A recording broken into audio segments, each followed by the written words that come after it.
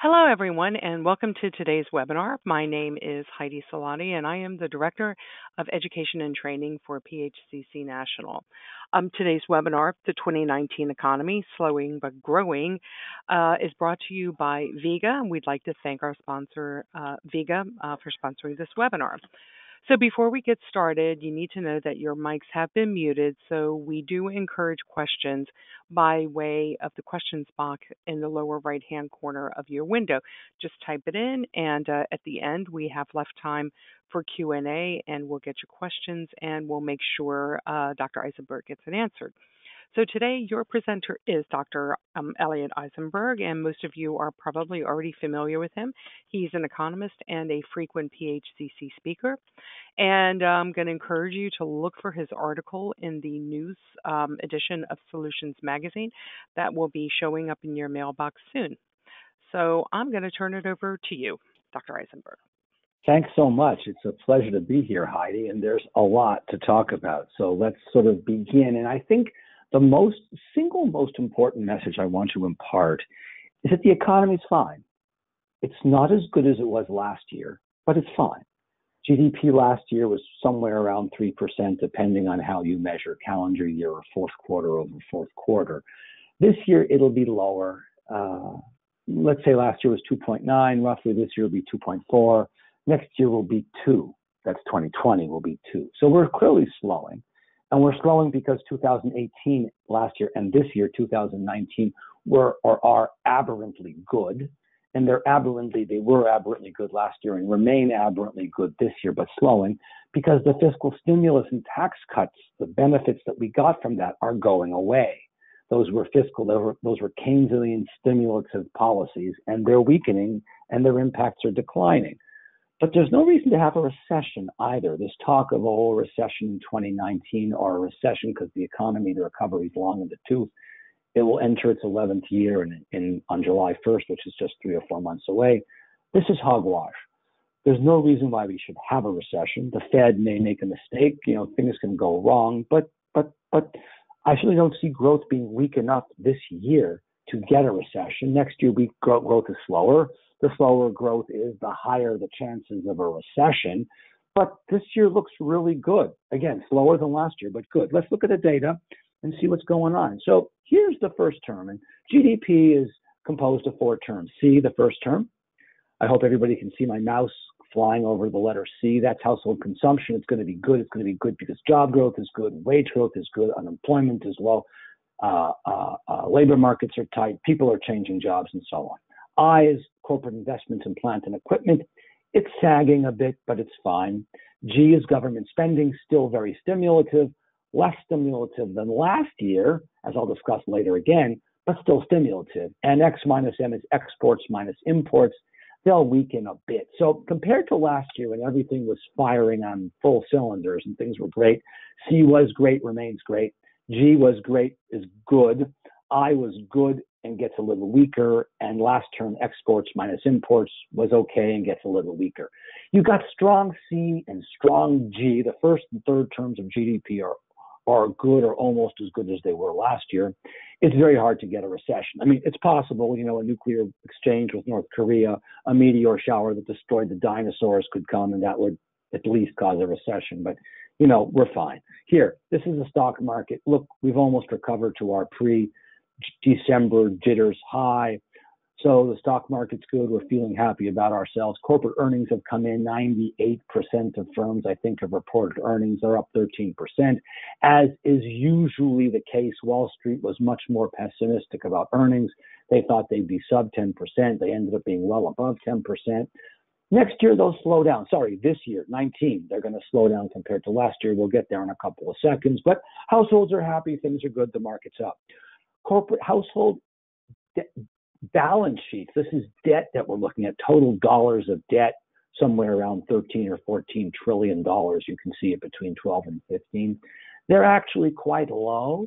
Household balance sheets are the best that they have ever been in the last 20 years or so.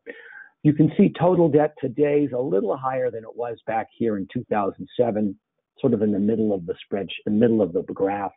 But at that time, the debt to GDP ratio was 20 percentage points higher than it is now. So households as a whole, writ large, are in really good financial shape. Debt levels are not excessive. Interest rates remain low. If you look at the bottom color, yellow, you can see total mortgage debt between Q3 and Q4 in 18 actually declined.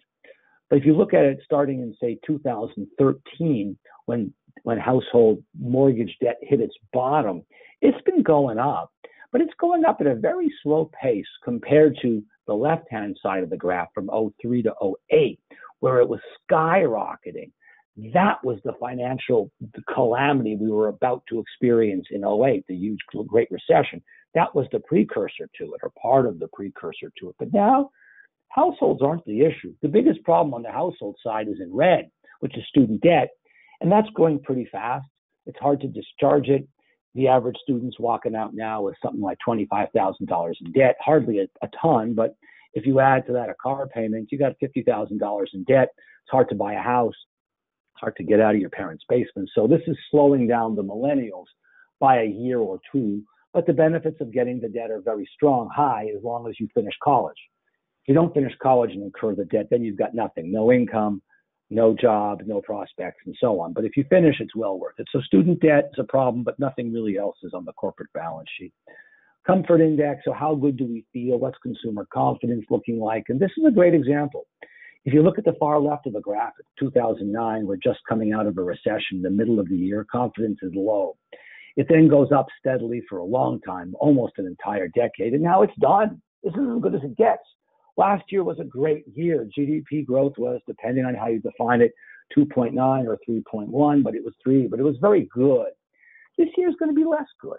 In an economy that's going to do less well than it did last year, you'd expect consumer confidence to go down a bit, and it has.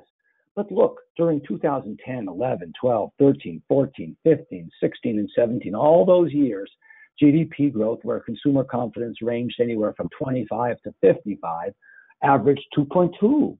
So we could go down in consumer confidence and it'll be fine. Don't worry about it. Numbers are going to come down because growth is going to fall from last year's 3% roughly to end of next year, 2020's roughly 2%, assuming no recession. Look here, this is the next graph, small business sentiment. This is in many cases you guys or your customers or your clients or whatever. And you can see here, it slowly increased from 2009, the depths of the recession.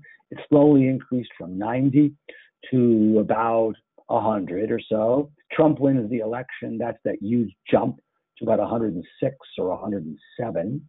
Then it continued to rise, and it hit its peak last August or September, all time, going back to 1975 when this series began. And now it's fallen down to about 100. It's fallen down because the dollar's gotten a little stronger. Financial conditions have gotten a little worse. Exports are fearful. Exporters are fearful because of trade tariffs with China. And global growth is slowing. So there's a whole bunch of things that suddenly hit that last year in February, March, April, things were looking really, really great. And there's been some substantial and meaningful slowing in the global economy and the trade war with China, the trade war with Canada and Mexico, and conceivably trade war with Europe, which we'll get into shortly. So small business, a little more concerned, but these are plenty high numbers. As long as we stay above 90, I'm a pretty happy guy. And you can see that before Trump won, we were in the low to mid 90s. And the economy was fine. We're going back to an economy growing at 2%. So I wouldn't be surprised if consumer confidence over time fell to the low 90s again. But that would mean we're as happy as we were in 2015, 16, 17. Not spectacular, but we can't sustain this growth that we had last year, this year, because the fiscal stimulus is going away.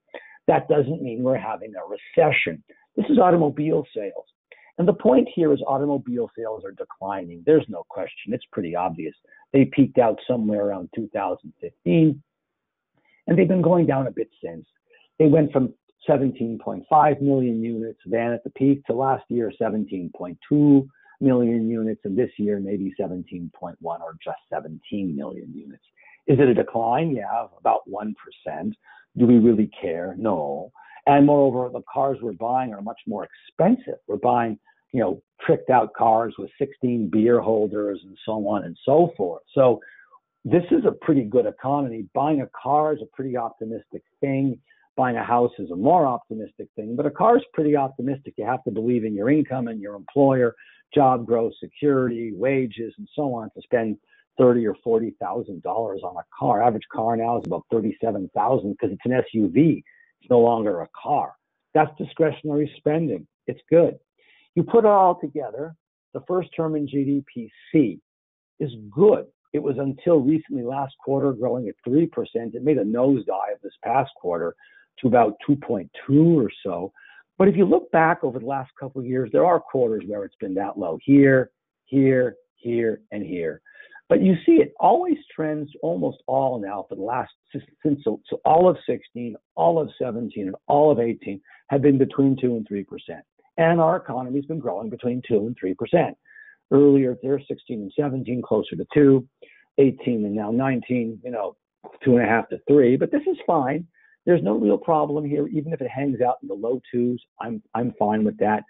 Last quarter, even with this decline, doesn't shake my confidence in any shape, way, or form. The economy is fundamentally good. The second term in GDP, if we go back, if you remember, the second term is I, corporate investment in plant and equipment. And it depends a lot on oil prices. Oil prices are in the light beige color that streaks across the whole screen. And the different colors in the layer cake are amount of rigs in different plays in the country. And you can see of late rig counts are going down because oil prices have been generally declining, right?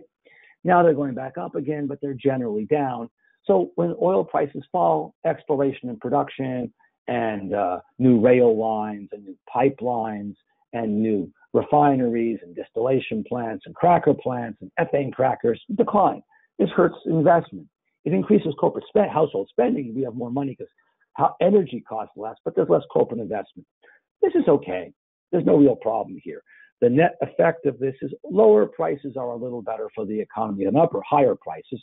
But as prices go up in the past, it really clobbered our economy because we just lost consumption. We'd spend money on gas and didn't have it for other things. Now we still have that problem. But the oil patch spends a lot of money. So the fact that we're a huge producer of oil now, the biggest in the world, bigger than the Saudis and the Russians, acts as a shock absorber as prices rise. But we expect oil to be lower than it was last year, and therefore there'll be less exploration and production and less corporate investment. Moreover, corporate profits are lower. In the first 3 quarters of this year, there were over 20% growth year over year. And this past quarter, fourth quarter, there was 13% growth. This year, 2019, core profit growth will be even less because the taxes aren't being cut again. There's no new tax cut on the horizon. We experienced a huge tax cut last year, which boosted profits. But now, comparing this year's profits to last year's profits, there's no real increase unless you sell more stuff or get lower prices and squeeze your supply chain. So firms will be a little less excited about investing in plant and equipment because corporate profits are lower, oil prices are higher. This graph looks at manufacturing activity. You can see it's taken a real nosedive. It was humming along at a staggeringly high rate for about 2 years, all of 17 and almost all of 18. And in late 18, things really declined. But as you can see since then, the red's gone up, and the blue's gone up, and the green and the yellow will go up as well one of these days next month. So the worst is probably over in terms of the dollar getting stronger, trade tariffs with China, Europe slowing, Japan slowing. We've already accepted this information, and now there's optimism that trade wars problems go away and so on. But this also hurts manufacturing activity. It hurts exports. It hurts corporate investment. But look at the next slide. This is non-manufacturing or services. And there, look at the blue line. Red's employment data, which matters, but the blue is the overall index for non-manufacturing, which I care about more. And you can see it's generally an upward trend. It may not get much higher than it is. It was a little higher a few months ago there when it hit above 60. Now it's 55 or so, the blue. But it's good. By historical, look at the last 10 years, 12 years, it's at the higher end. So service providers, healthcare, education, banking, real estate, all these things, transportation, these are all doing fine, thank you very much. So consumption's pretty good. Manufacturing's a little weak, but services, which is a much bigger sector of our economy, are fine. So you put it all together, this slide shows us how much firms are investing in equipment, given the condition of the economy and exports and service sector and so on. Well, how much are you investing in plant and equipment, or equipment really, in this case? And you can see of late, there's been a bit of a decline.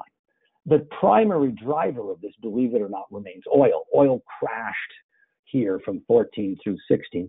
Oil prices fell from roughly $100 a barrel to about $27 or $30. And they zipped back up again. Now they're down again. And even though oil is a small segment of our economy, it's very, very capital intensive. So high prices, wham, lead to a lot more. There were tax cuts that helped. The change in tax regime is bringing some money back onshore. Hopefully that will lead to more investment in plant and equipment.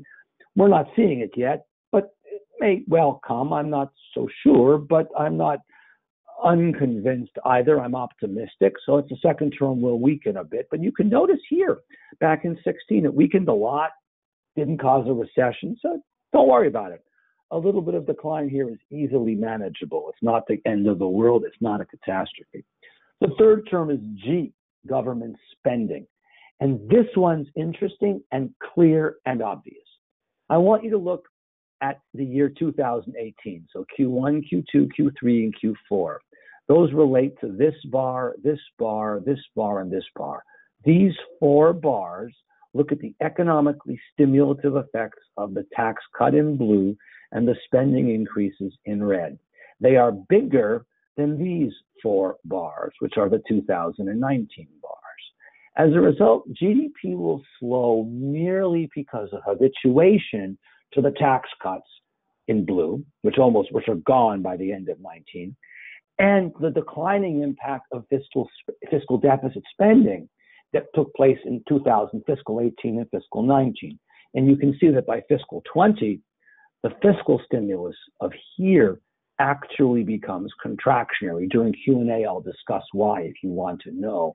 But we've habituated to the tax cut. We're not going to get any more tax cuts this year. We're not going to be any better off than we were last year because of tax cuts. And deficit spending is going to end unless Congress and the Trump administration get together and blow the tax caps and push those red bars up from where they were before. So government spending will decline. It's still very positive. Neutrality is zero, the horizontal axis, and it's still very stimulative, but just not as stimulative as it was last year. This will take 0.3 of a point off GDP, bringing it from 2.9, say, to 2.6. Global slowing and global trade bring it to 2.5, and then a little labor issues, which we'll get into, bring it to 2.4, and that's where we end up. So 60 or 70% of the decline in GDP this year compared to last year is because of this slide. Now you can see here, next slide, because we're going on to trade now, that last term in GDP, you can see that forecasts for 19, the year that we're in now, have slowed as we got closer to the year. So in July, the first line on the top, growth was better. And then in October, it slumped. And then the newest forecast from the IMF, it slumped again. U.S. growth slumped a little bit. Chinese growth slumped. Germany, France, Latin America, Middle East, emerging markets, everybody's slowing a little bit. Not a lot, but we're slowing. And slowing growth leads to less trade. That's just the way it is. Imports go down, exports go down, and so on. So this is going to knock 0.1 of a point off our GDP as well, more for other countries because they're more tied to trade. And if you look further ahead into 2020 in dark blue and 2021 in light blue, you can see again the general trend of continued slowing in China, in Europe, in US. And if you have those three areas, world declines are sure to follow because they're too much at world GDP. They're 60 or 65% of the globe is the US, Europe, and China. 60%, I'm sorry. So globe is slowing, trade is slowing, trade wars come up. And we can see here manufacturing activity in 2018 begins to slow because global slowing is occurring here. 2017, there wasn't one country in recession. Now in 2018, we've got Turkey in recession. We've got Argentina in recession. We have Germany almost in recession. We have Italy in recession. There's no real problem here, but this is just saying that the globe is slowing. There's less economic vigorousness, if you will, around the globe in different parts. Even though Argentina and Turkey are smaller countries, certainly Japan and Germany are bigger. They're the third and fourth biggest countries in the world economically. So they matter a little bit in collectively.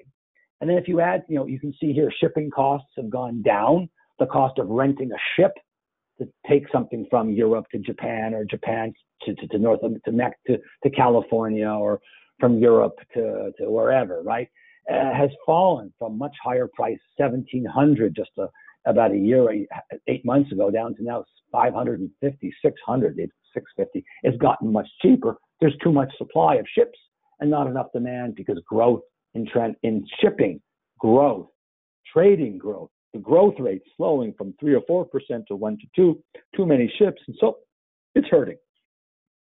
And on top of that, there's potential trade war with China. It seems as though it's going to end now, and Trump and Xi are going to meet somewhere in Mar-a-Lago and cut a deal.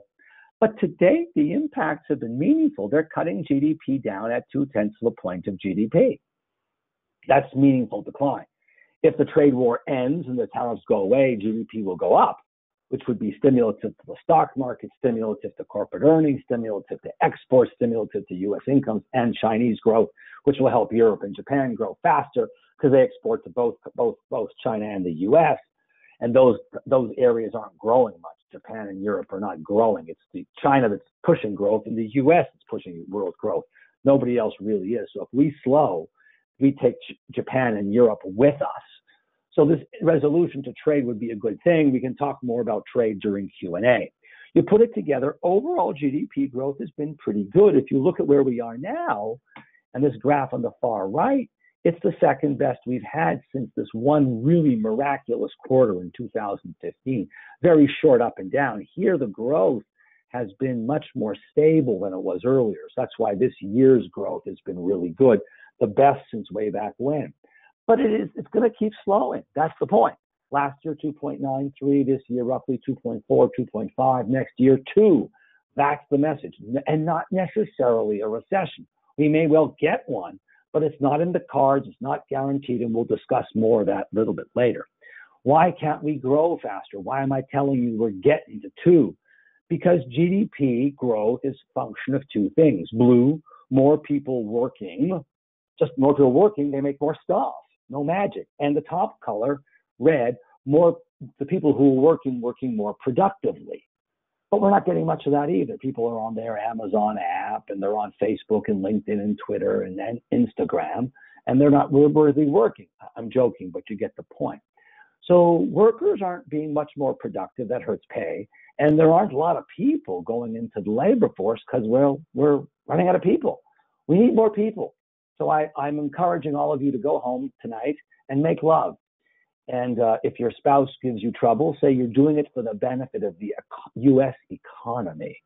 You're doing it for the economy's sake. So there's a social public welfare benefit. Last but not least, is there a recession here? No, there's no recession.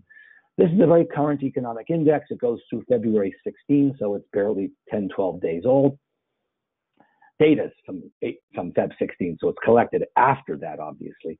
You have to get to -1 on this index before you really begin to even think about having a recession. So the closest we came was late 2015 when China was devaluing its currency and behaving ridiculously irresponsibly instead of their normal irresponsibility. But yeah, we're fine. We're fine, thank you. And the last slide, are we going to have a yield curve inversion? Normally, the yield curve is upward sloping. The longer you borrow money for, the more you pay for the money. So 5-year money is more expensive than 2-year money, and 10-year money is more expensive than 5-year money. Be it commercial or residential, it doesn't matter. The longer for which you borrow, the more you pay. And when the yield curve is upward sloping, longer money costing more money, the blue squiggle is below the red bar. But when the yield curve inverts and short-term money becomes more expensive than long-term money, the blue squiggle goes above the red bar. And you can see whenever the blue squiggle goes above the red bar, with the exception of the first inversion back here in 66, they're always followed by a gray bar. Inversion bar, lots of inversion, two horizontal vertical bars, inversion bar, inversion bar, inversion bar. Are we going to get an inversion? The bars, of course, are recessions.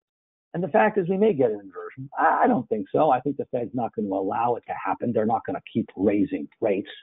What often happens is the economy slows, the Fed doesn't see it, they keep raising rates, and then the Fed drives us into a recession.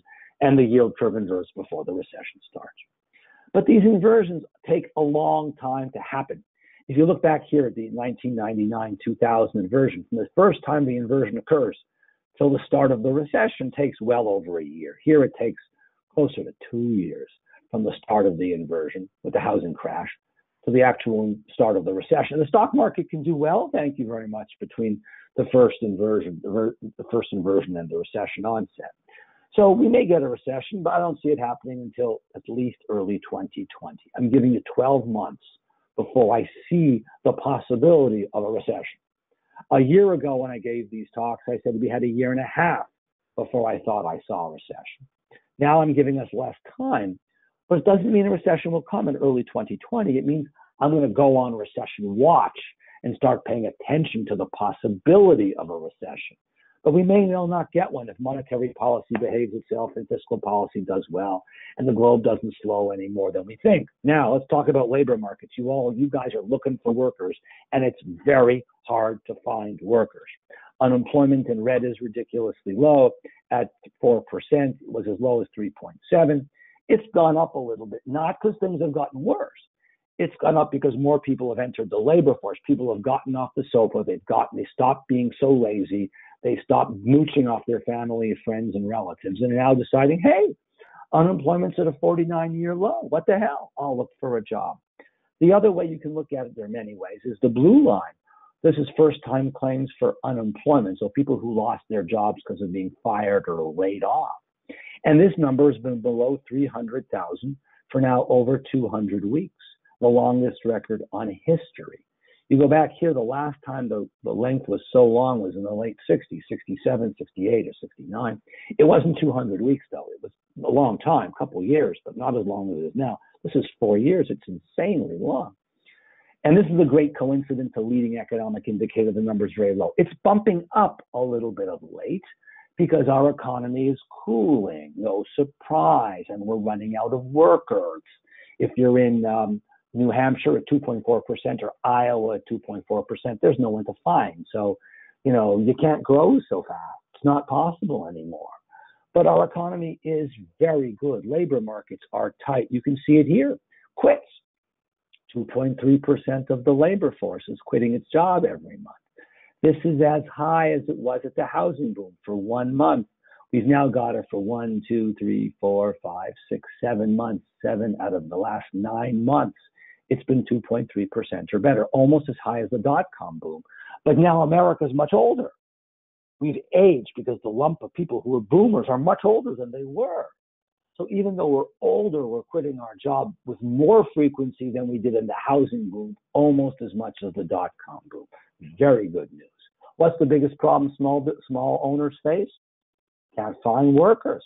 I ask people, put up your hand if you're having a hard time looking for workers. And half the room raises their hand. Normally, businessmen and women complain about taxation, regulatory policy, some other things. But now it's just we can't find workers. There's actually more workers available than there are.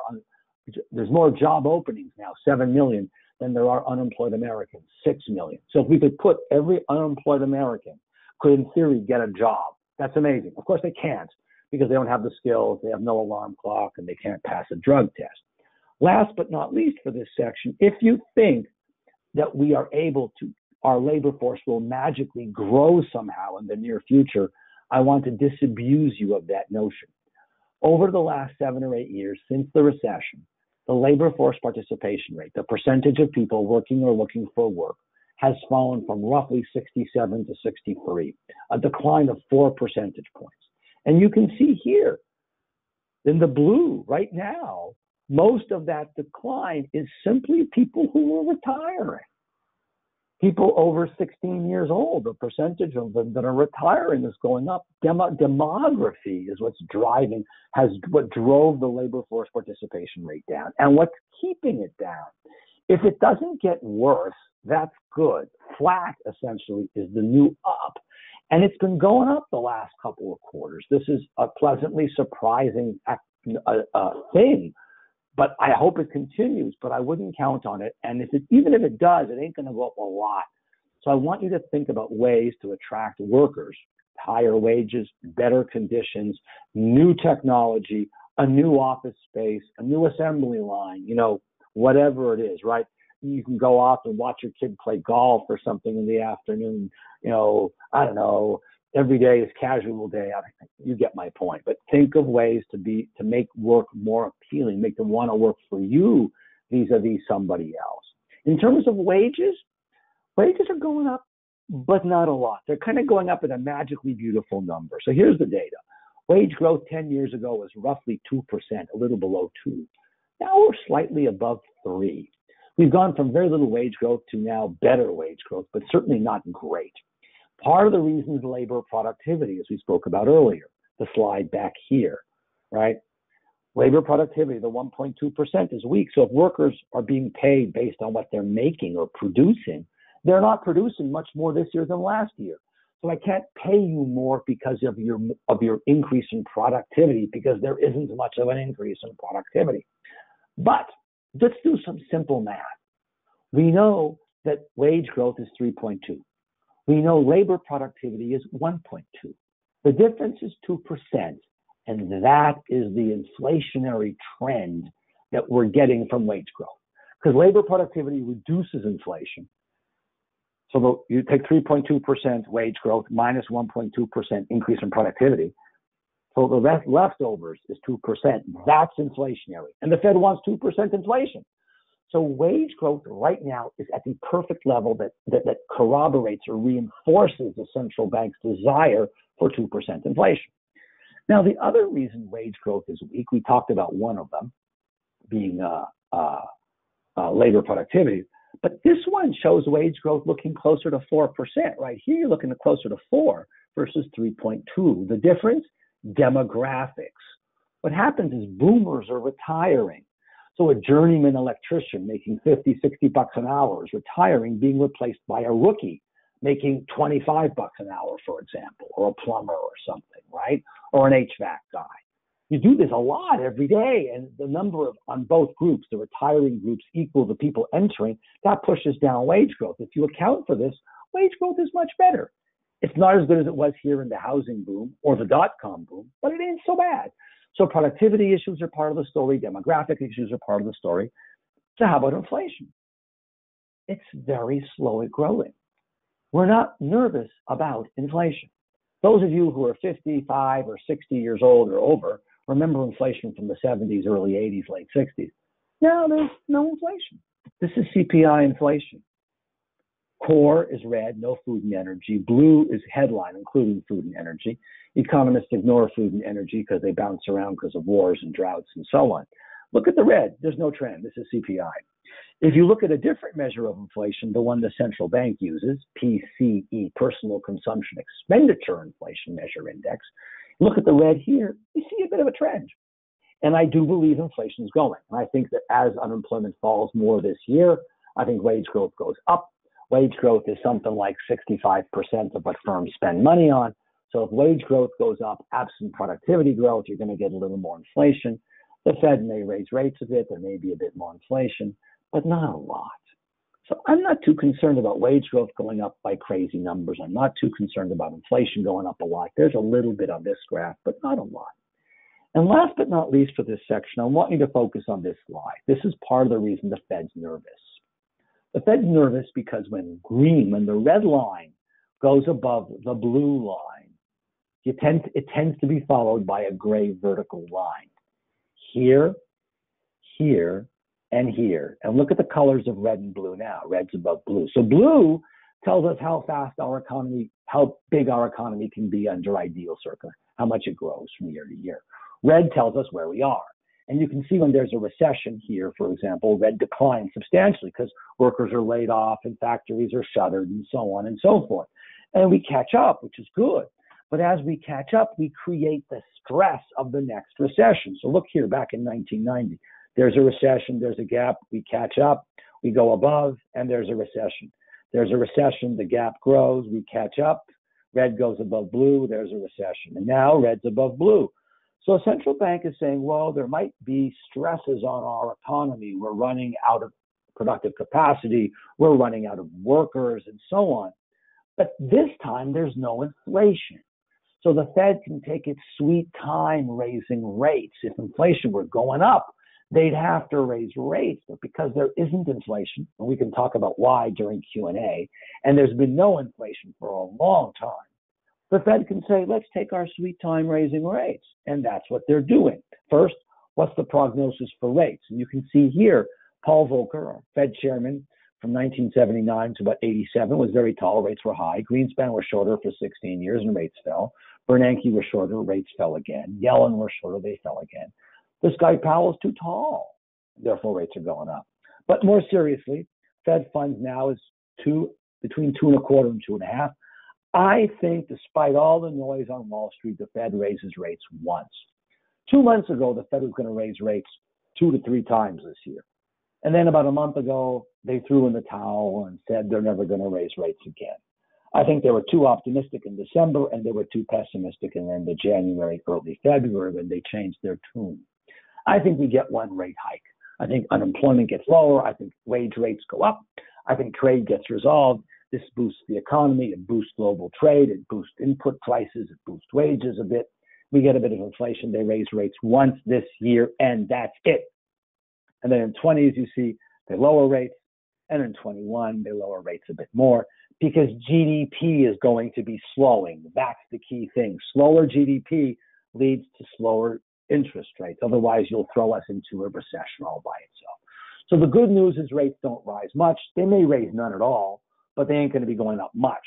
A couple of months ago in December, Goldman Sachs said 4 rate hikes in 2019. Now they're saying 0. So again, let's not be as optimistic as the Fed was in December or Goldman Sachs when it was the Fed thought 2 or 3 and Goldman Sachs thought 4. Let's not be as pessimistic as they both are now at 0. I think 1's the appropriate number. And we'll see what happens, but it ain't going up much. And it will slow after that as GDP falls throughout this year from 2.5. It'll be 2.5 this year compared to last year, and next year it'll be roughly 2. So we'll have slower growth. Now, let's look at construction activity. What's going on in the world of construction? Not much is the honest answer. There really isn't much to get excited. There's no problems, but there's nothing to get excited about either. So this is total construction spending by different groups. You can look at residential in red, which is actually leveled off, but down from where it was 6 or 8 months ago. You can look at green, which is non-res private. So we're building office buildings and commercial space and warehouses and hotels and stuff like that, healthcare centers and so on. And the last one, blue, public. Of these, it's public that's done the best. It was rising for a while and now it's plateaued, whereas red is declining and now flat of late. And private is nosediving a little bit, not nosediving, going down a little bit. But you can look over the last couple of years, look at green since 2000, early mid-16. It really hasn't done much. It went down a bit, it's up a bit, but there's nothing really exciting. Similarly here, look at 14, 15, 16, down a little bit, up a little bit. Public finances are better at the state level. They've got more money to spend. That's pushing it up. But the Feds don't have much, and they haven't passed an infrastructure bill. And let me tell you, they won't. Because all everybody wants, an infrastructure bill. No one knows how to pay for it. Republicans want to use tax cuts and seed money and all kinds of stuff. The Democrats say not a chance. We're not going to allow tolls on roads and so on. So they can't agree. Let's look at the details now. Leading economic indicators here, if you will, for construction, right? This is construction activity going on right now. You can look at the graph. Since 2016, went up a bit, it's down a bit. There really hasn't been much movement the last couple of years. And that mimics what's going on here overall. Look at the last couple of years. There really hasn't been much going on here or here a lot. It went up for a while. So there's nothing really bad here, but nothing really great, right? It's nothing awful again. Nothing great here. This is commercial construction that's put up by the U.S. Chamber and USG. This is Q3 Q4 versus compared to Q3. And you can see it's this overall number from Q3 to Q4 didn't change. The backlog went down 1, new business went up 2, revenue's flat. Nothing really happening. Nothing bad. This is all good. Nothing really changing. This is activity broken down now. Now we're breaking down this number here for blue, right? And we're breaking into component parts. We're looking at office, healthcare, religious, educational spending, lodging, commercial. And you can see the colors. And you can see here blue office space is doing pretty well, right? Pretty decently. Lodging in pink. Oops. We somehow lost ourselves here.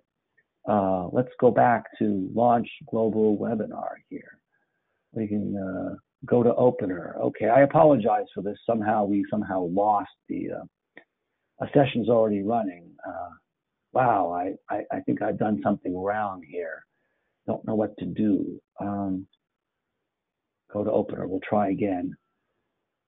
A session's already running. You can only have one session at a time. Close. Maybe I've already got a session running somewhere. Do you see me? I hope you do. So you can see here, some of them are going up, but red, for example, healthcare, really not going anywhere, right? If you look at the national backlog average, it's doing okay. It's going up a little bit, maybe. Not going down, but not going up a lot either. Chemical production, chemicals are important. They're a good leading economic indicator. They've gotten weaker of late because manufacturing has gotten worse of late and trade's gotten worse of late.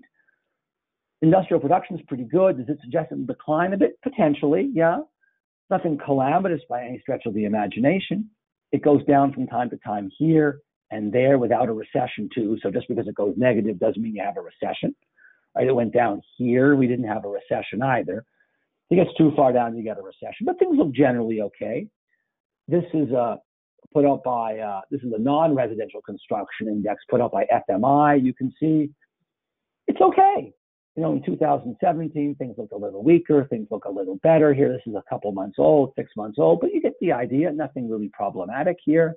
The Architectural Billing Index has been very solid for a number of years. Since 2013, it's bounced around, but there's been general upward drift to this. Again, between 50 and 55, 50 being neutral, 55 being quite strong, it's been okay. No real problems here. So I see nothing here that says we have a problem. I don't see fiscal revenues at the federal level getting worse. They're pretty good. They're stimulative. State level budgets are in pretty good shape. Households are in decent shape. Nothing bad. But GDP growth is slowing. So you would expect construction growth not to do gangbuster growth as GDP is declining over the next 24 months from where it's been 3% last year to 2% by the end of next year, right? If you look at the Dodge Momentum Index, this is a 12-month leading economic indicator, it's kind of stalled out at a nice, pleasant, good level, but it hasn't been going anywhere for a while. It went up in 18 for an early part, and then it stalled because we're at a pretty decent level. It isn't going to get much better than it is, and GDP is slowing. The way it would get better would be if China had massive fiscal stimulus, Europe had massive fiscal stimulus, and so on. I don't see that happening. I see a little bit of China, and right now us here, U.S., declining from last year, but still good, but nothing remarkable here. That's the critical thing. Turning our attention to housing. So overall, we've got non-housing stuff's okay, but not great. Good, but solid, but not growing. In terms of housing, the problem with housing, as we know, is we don't build enough. We don't build enough because regulations make land too expensive. That's this graph, courtesy of the NAHB. We have wage growth, average wage growth in construction is just ridiculously high, much higher than the U.S. average because the labor shortage is really acute in construction activity, be it residential or non-residential. Total construction employment is well down from its peak of 2007, 2008. It's still down by 4% or so, right? It's down by a lot, even though the economy is much bigger. So we're short land. It's more expensive. Labor is more expensive. Inputs are more expensive. And capital now has gone up. Interest rates are higher. You put all this together, it's very hard for builders to build affordable homes. I'm not saying subsidized homes for poor people. I'm saying entry-level homes for first-time home buyers. And now the mitigating factor, you can see here, the amount of home. I'm going to come back to this slide in a second. Look at this graph and see what kind of homes we're buying. Way back when, 10, 15 years ago, the most popular homes being built cost between $200,000 and $300,000. We built almost 35,000 of those a month. Now we're building $15,000 a month. We used to build 25,000 a month of homes under 150 in silver and between 150 and 200 in black.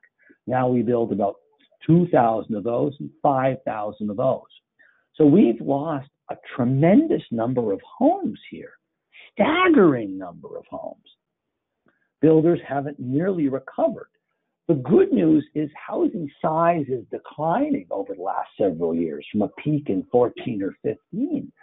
But even though the house size is declining, average in red, median in blue, you still don't see much increase in construction activity. This is construction activity for houses. And you see it here, blue is multifam, which is declining ever so slightly and will do well going forward because we're massively underbuilding in red, which is single fam. Single fam activity has declined of late. I think it picks back up, but I think 19 is as good as 18. I think actually 19 maybe grows by 2 or 3% compared to 18, but it won't be much better. Rates have come down a bit, but things are more expensive, input costs and so on and so forth, slowing global growth and slowing job growth because we're running out of workers. But it should be okay. So I think single fam recovers a little bit. Red is single fam, blue is multifam. It stays roughly where it is, flat, and green is the combination of the two. But we're vastly underbuilt. We're underbuilding by 350,000 units a year. We're probably underbuilt by 4 million units since the end of the recession. In terms of remodeling, renovation, alteration, and repair, blue lines, the vertical blue lines are how much we spend on an annualized basis. And the snake line on top in yellow is rates of change. So you can see the U.S. economy is slowing. So home repair activity is going to slow from the 7s to the 6s, but that's still very good growth. It's slower growth, but good growth because the housing stock's getting older. The average age of a house that sells has gone from, in 10 years ago, roughly 15 years to now roughly 30 years because the stock is getting older.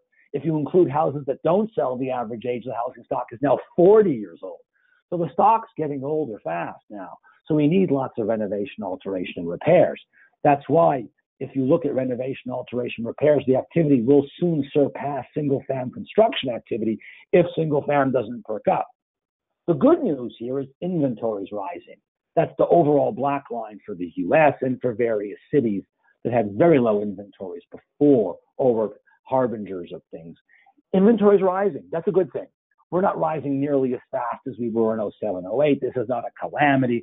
We're barely going up, but this is good because inventories rising, house price appreciation is coming down. It's coming down from the low 7s to now the 4s. That's almost as fast as wage growth. This is a good thing. More inventory, slower house price appreciation, and lower interest rates, that should make housing a little more affordable. That'll boost new starts, and it'll boost existing sales, which is important for renovation, alteration, and repair. That's existing sales. So it's turnover here that leads to renovation, alteration, and repairs. It's increases here that are leading to new starts. I think starts go up a little bit, and I think sales overall in 19 will be about as good as 18. You can see 18 at the end really took a dive. But I think, again, more inventory, slower price appreciation, lower interest rates by 0.5 point on the 30-year mortgage from roughly 5 to 4.5 will help. So the end of 18 was really bad for both single-fam starts and for existing sales. It turns around a bit. I think total sales are no better than they were last year. I think starts are a little bit better by a few percentage points, but nothing really dramatic here, just as there's nothing really dramatic in the commercial industrial space overall there. Certain sectors are better than others, but nothing really remarkable. And who's buying a house now? Who are the peak buyers? It's millennials. So I want you to think about millennials. How do you communicate with millennials? If you're older than they are, make sure you speak their language. You speak Instagram and LinkedIn and Twitter and Facebook, less Facebook. Facebook is for older people, but you get the idea. Make sure you're talking to them. Don't focus just on Gen X in green, boomers in yellow, and the greatest generation in red. They're getting older. It's now the millennials world that we're focusing in on. Last but not least, there's no FICO score deterioration. So even if the housing market has a bum year, and what if house prices fall by 5 or 10%, it will not lead to the calamities it did before. People have more skin in the game on their house. They put more of a down payment, and FICO scores over the last 5, 6 years, since 2013 or 14, have really gone nowhere. They declined a bit in 12 to 13 or 14, and they've drifted up ever so slightly since. So we can withstand a bit of pressure on the housing market, and it will be fine. Don't worry so much about it. And last but not least, there's demographic factors pushing up the demand for housing. Peak millennial is right here at age 26, 27 right now. In 5 years, they'll be 32, 33. Peak home buying. Maybe with student loans, it's an extra year, 33. But that's 5, 6 years away. So over the next 5, 6 years, there'll be unrelenting demographic pressure on demand for housing and household formation if job growth is good. And it has been good. So we're not building enough homes. So fundamentally, we need more homes. Price of homes will do reasonably well, I think. Momentary, they can have some lapse of some sort, obviously, in a recession, but things are okay. Rates aren't going to go up very fast. The economy is pretty solid. 2 more slides and we're done.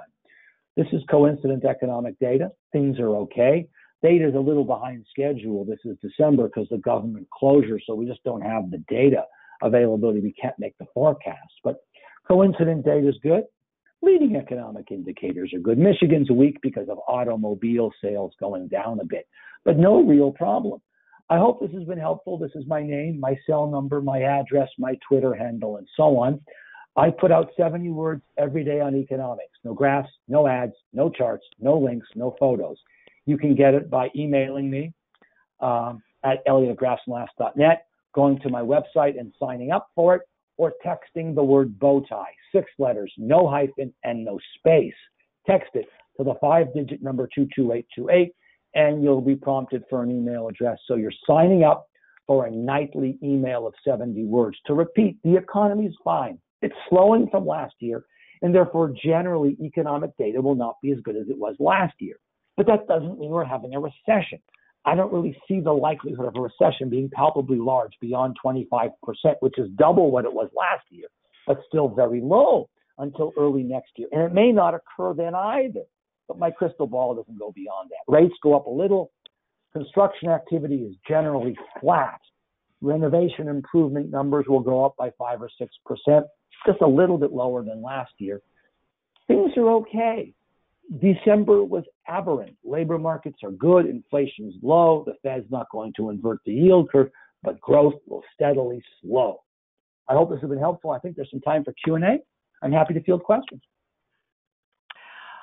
Well, thank you so much, Elliot. This was great information and gave us all, a lot of food for thought and some clarity into the future, even the near future. So Great. I'm just going to check and see if there are any questions that anybody may have for Dr. Eisenberg. I'll just give it a few seconds. Okay.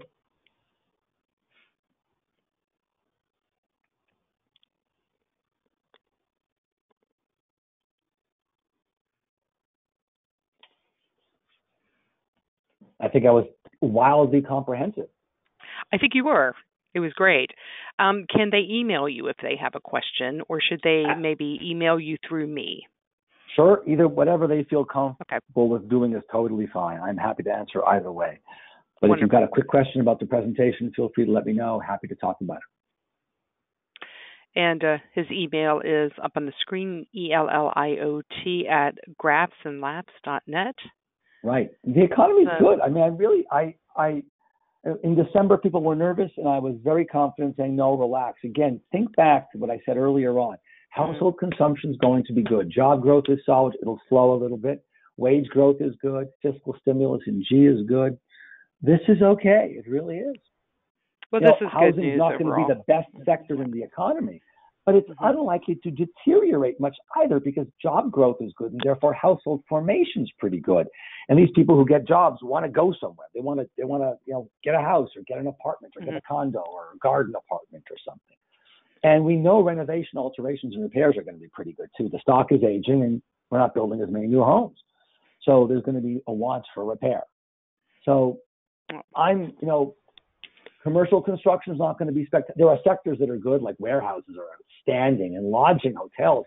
That's been a pretty good sector as well. So be careful and look, but rates aren't going up much, and the economy looks fine. I'm a happy guy. Not as happy as I was last year, but still quite happy. Well, if an economist is happy, we should all be happy. Right. We're dismal science, so. Well, we don't have any questions popping up, so I'm going to go ahead and end this here.